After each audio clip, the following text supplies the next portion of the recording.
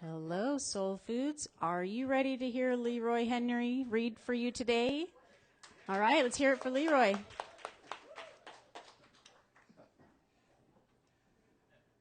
Thank you very much, and happy holidays. Thanks for making it here, and thanks to Makia and the Soul Food Coffee House, a wonderful place. So make yourself at home. This is a very comfortable environment. So blueberry muffins are up a buck a pair. This was a book that my friend Richard and I wrote back in the 70s between 1973 and 77. And then we didn't think much of it, got a couple of rejections, put it away. And when Richard passed away about 2.5 years ago, I decided to get it out and do some editing and bring it to publication, which I have. It's came out as an ebook in March, and just recently as a paperback. Blueberry muffins are up a buck a pair. That was just a quip that Richard said. We were playing basketball one day, and this was 1973, and things were crazy. There was a cultural revolution going on, Vietnam War, gas shortage, Nixon, all kinds of stuff, and it got so ridiculous that he just said, even blueberry muffins are up a buck a pair. And we thought that was funny. It kind of stuck, and I don't know what led to what, but that night we took camp in my record shop I had on the Ave and started putting together kind of the outline for it and some ideas for characters and scenes, and we worked on it for 4 years. So a couple of years ago I got it out, and here it is. Another cool thing about the book is there's a soundtrack for each chapter. Richard and I would listen to this really great music that was around back then, a lot of progressive English type stuff, English pop rock. And during the course of rewriting it, I thought, well, let's see if I can find this music again. And I found it on Spotify, and it put me back in the right mood for each chapter. It took me right back there. Had Richard on my shoulder and the music we used to listen to, and it was a great experience. And so, as a result, I've decided to, there is a soundtrack for each chapter, so you too can get in the right mood and enjoy it. That can be before you read, while you read, after, to bring back some of those scenes and characters. And you can access it two ways. The beginning of each chapter has a QR code. And if you have a QR reader on your phone or some other device, all you do is click over it, and it goes boop, and takes you right to the Spotify soundtrack, and it starts playing. The other way is on our website, which is called blueberrymuffins.org, blueberrymuffins.org. All 8 soundtracks are on there with a click of a mouse, and you can start playing it on your home stereo. So those are two key things that people seem to really like the book.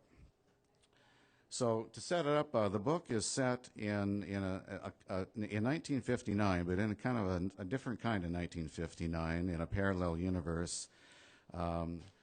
For us who grew up in the 50s, it was really a time of innocence. Things were really happening coming out of World War II.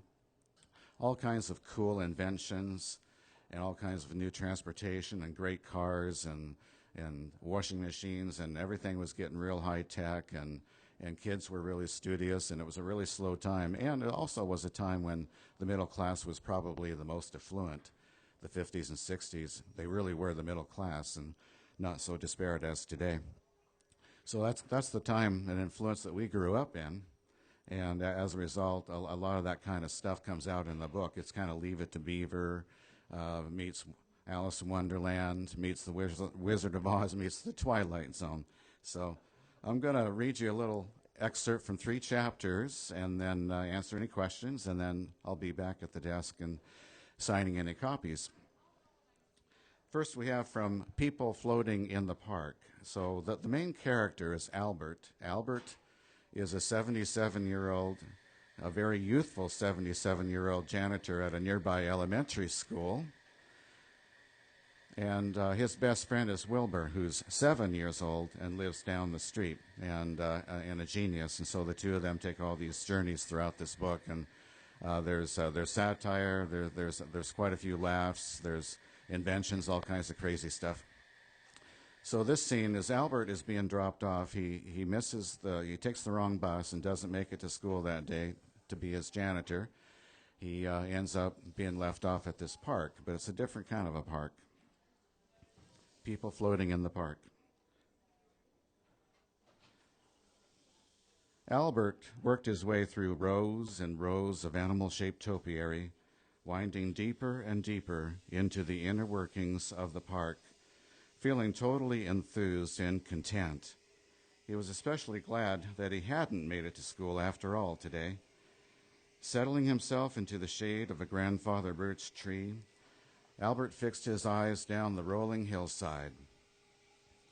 The whole park seemed to be a parade of paradise. The queen was fishing for monkeys, smoking flowers, and smiling at the sky. A midget dwarf claps frenziedly, dancing in the trees and peeping for a hide. Smiling flowers and laughing birches, chuckling squirrels make crazy lurches.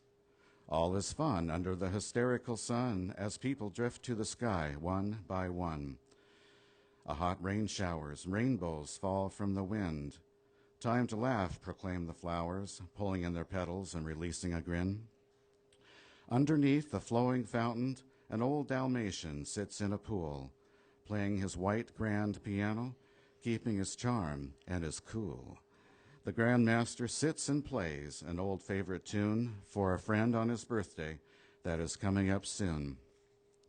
A parade of penguins parachute out of the sky to watch Monopoly's performance as Albert skips on by. See the petrified horses sliding around again, wall-to-wall smiles on all of them. Hopping leapfroggers nudge away, stemming recognition of the hour, eyeing the chiming clock atop the brick tower.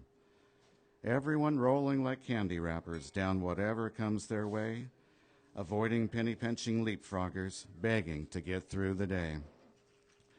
See the old woman sitting still, peering from the thickest shade, watching the little girls run, the way they jumped and played.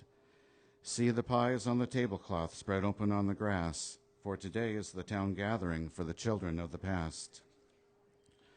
See the rabbit-faced patrolmen shaking shaky hands, lecturing the early showing on their youthful demands. And don't go chasing rainbows after dreams of distant gold, the young oldsters were told, still being chased all over the place by the patrolman with the rabbit face.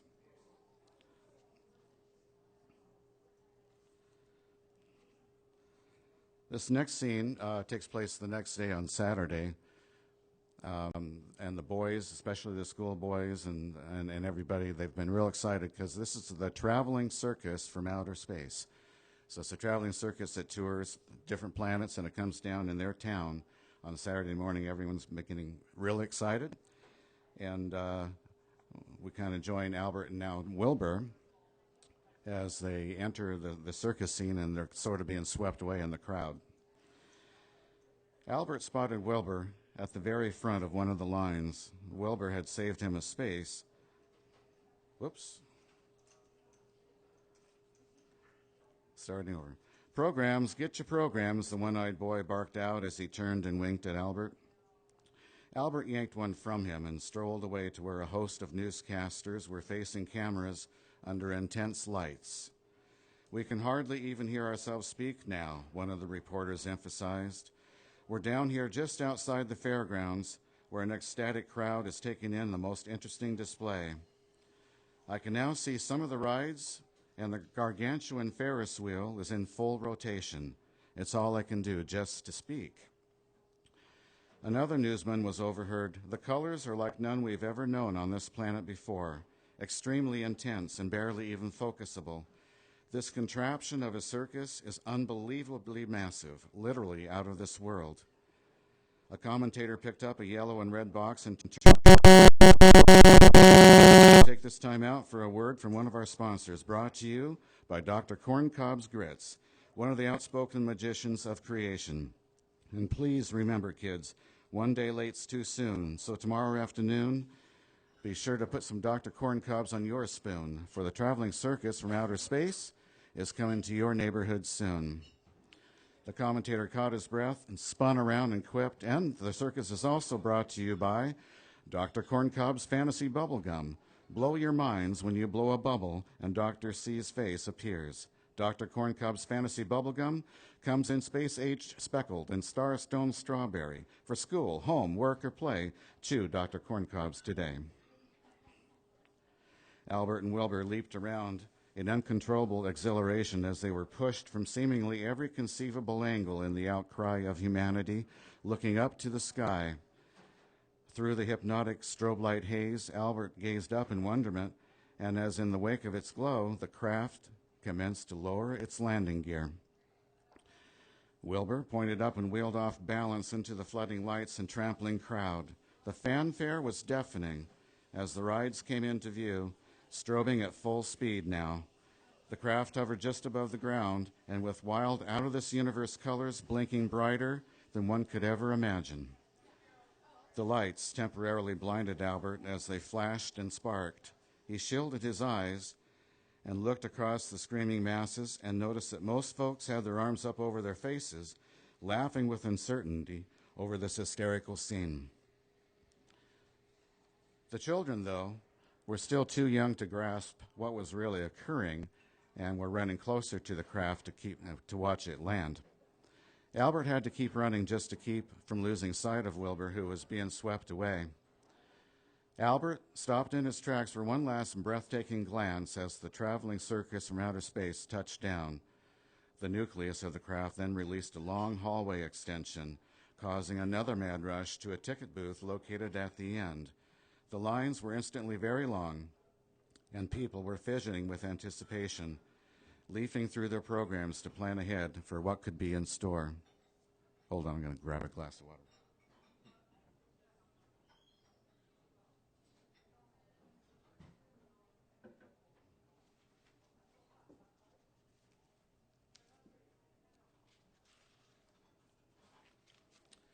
This next scene is the hardwood forest. They come across this hardwood forest where the entire trail is made of hardwood floor, much like you have in your home, or what might be under your rugs and you don't know. But it's a beautiful forest, and it's on the edge of a lagoon where the boys have just landed in a spacecraft and have been drifting towards the shore. And we join them now as they kind of come to in the morning, and they're coming up to the shore. Just then, the boys felt a little jolt as the capsule bottomed out on the shoreline. "Hey, we've hit the shore. Let's blow this popsicle stand," Albert instructed with a wink.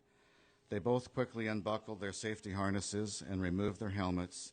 Albert took in a deep breath to give him extra strength and wrestled with the latch to the exit door, giving it all his effort, and forced it open. A batch of fresh air hit the two of them as they stretched their limbs and climbed out of the capsule and into a foot of warm, bath-like water. It felt so good to finally be able to stand straight up and breathe in the morning air. It smelled like that of sweet jasmine. A clown family quietly slinked away into the shadows, unsure of these earthlings, even though they seemed to be rather friendly and harmless. As Albert surveyed the area, they were standing at the edge of a forest, and as he looked more closely, a trail made of hardwood flooring ended where the shoreline met the forest. Off to the right of the floor a bit, Wilbur spotted two grandfather geniuses playing checkers in the shade, intensely speculating further moves while sipping diligently on their lemonade. "Wait here, Wilbur," Albert whispered as he wandered over to the beginning of the hardwood floor and followed it up a few feet to where the checker game was in progress. "Hello, hello, gentlemen," Albert announced. "My name is Albert, and over here is my associate Wilbur. I would like to ask you about matters pertaining to using a telephone, if I may." But neither genius noticed him, being that they were so mesmerized by their game and studying the mental combat on the checkerboard. The genius on the right moved one of his red checkers forward and smiled slyly at his opponent. "A very excellent move," the genius on the left commented as he pointed to a stooped-over figure just a ways down the hardwood floor. "See the old wise lady of the forest, Albert. She will take your journey under advisement." "Thank you kindly," offered Albert as he motioned for Wilbur to join him at the head of the hardwood floor. They proceeded rather cautiously down the floor a ways towards this very short and hunched-over elderly woman. She had a long, skinny nose and waist-long gray hair streaming all the way down her back. She peered up at them from her hunched-over position and crackled, "So may I assume you will be journeying down the hardwood floor, and you want to know how in the world to get home?" "Yes, ma'am," Wilbert answered rather sheepishly. She pointed down the floor with her cane clutched in her furry palms. "Homeward will lay just beyond the forest." She then paused as she straightened up and inched in very closely to Albert and Wilbur, locking her eyes with theirs. Albert and Wilbur felt a chill tighten up their necks as she spoke through a pipe hanging from her ancient lips. "To find your way home, you must lift your heart ever so gently and listen very openly to all that surrounds you. Quiet your mind, and the answers will come to you so easily and guide you safely home."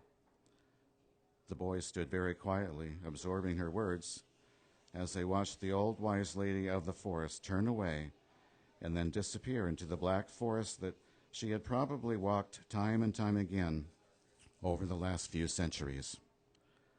That's the hardwood forest. So that's Blueberry Muffins, folks.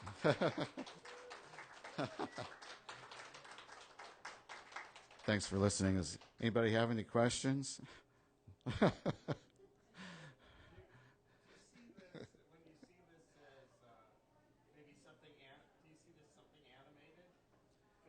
Almost feels like Magical Mystery Tour, something like that. Do you envision that? Yeah, so the question is, do I see it being animated? And yeah, it is actually a movie in my head, and I'm hoping a movie in people's heads when they read it. It's very compact with a lot of information, and it very much is a movie. And the next step with the book is I've got a guy down in San Francisco who used to work for Sony Pictures as an illustrator and animator. And he's starting to come up with some pretty good pictures now. We're sort of getting through that process. He's got a really good Albert and a really good Wilbur now.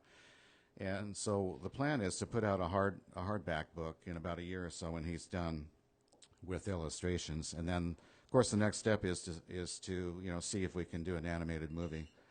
He comes from Sony Pictures, so he knows how. We just got to find money.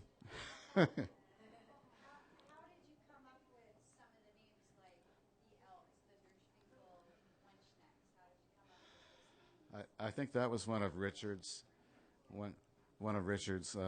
little quips that he came up with, and yeah, we had a blast coming up with different characters and different scenes, and just hoped it would be sort of we see it sort of the book as a slapstick psychedelia, and different characters, and each chapter is like a totally different scene or movie. That one was Richard. Okay. Well, thank you. And I'll be over at the table until 4 o'clock. If anyone wants to chat or purchase a book, have a signing. Thanks again, and thanks to Makia and the Soul Food Coffee House. Yeah.